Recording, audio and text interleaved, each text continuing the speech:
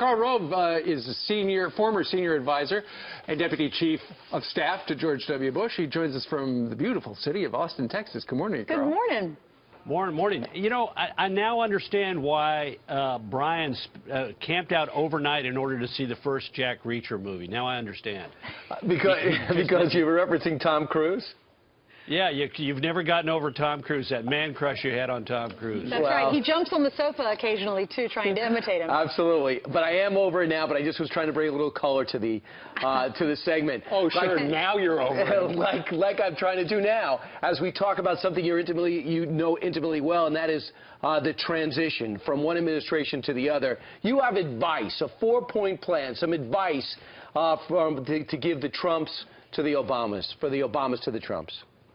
No, actually what I did is I talked to 12 former presidential advisors going back to the LBJ era and said, if you could talk to an incoming staffer in the new Trump White House, what would you tell them? And that was my column yesterday in the Wall Street Journal. It was a great exercise. I really enjoyed doing it. I talked to a couple of aides to Lyndon Johnson, and they had some of the best advice of all. Larry Temple, a friend of mine here in Austin, who was a young aide to Lyndon Johnson, said, don't be intimidated by the president. He said, and speak fearlessly about what you believe, even and most importantly, if you think the president disagrees. He said Johnson used to intimidate his staff, saying, you've never been elected constable, so who gives you the, you know, why do you think you can give me advice? But he said if you hung in there and gave a persuasive argument, he said oftentimes LBJ would be repeating your arguments the next day. That's interesting. Also, a bit of advice. You say essentially some of these aides who are working with the president should be like the Cheesecake Factory, and that is you should have a lot of choices. When you go in, present them with a lot of choices. Well, you did read the piece, yeah. The decision, I talked about 4 baskets. The president, the second one was decision-making, and it's really important for the White House to offer up to the president a wide range of options. In some White Houses, they would literally people would attempt to say, okay, I want this issue settled this way, and so I'm going to hide from the president other potential options. And this is bad. You ought to have a wide range of options. You ought to argue those things in front of the president. No end runs. The president is ill-served if he's got individual aides coming in saying, on this issue, I think you ought to do A, and another person comes in and says, I think you ought to do B. Sometimes that ends up with the last person you talk to is who you follow.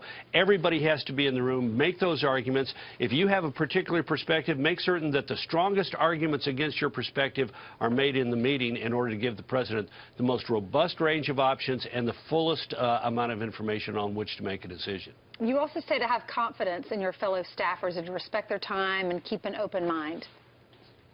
Absolutely, and I got to tell you, I almost did not go to the White House because of the stories I heard about the conflict between staff in previous White Houses. In one White House, they literally had to seat the people on the opposite sides of the table. The factions were so strong.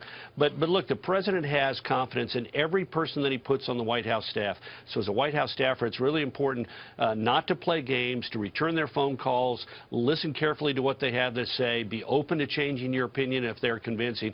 In one White House, literally the guy in charge of a particular set of decision-making meetings would invite his friends to the meeting at 12 o'clock noon, and he would invite the people that he didn't like and whose opinions he'd wanted to diminish at 12:30 so that they would arrive late and towards the end of the meeting. I mean, this business is too important to engage in games and like also that. Remember, too, your behavior reflects on the president because he's going to be in the middle of it. He hired you, he nominated you, and what you do reflects on him or her.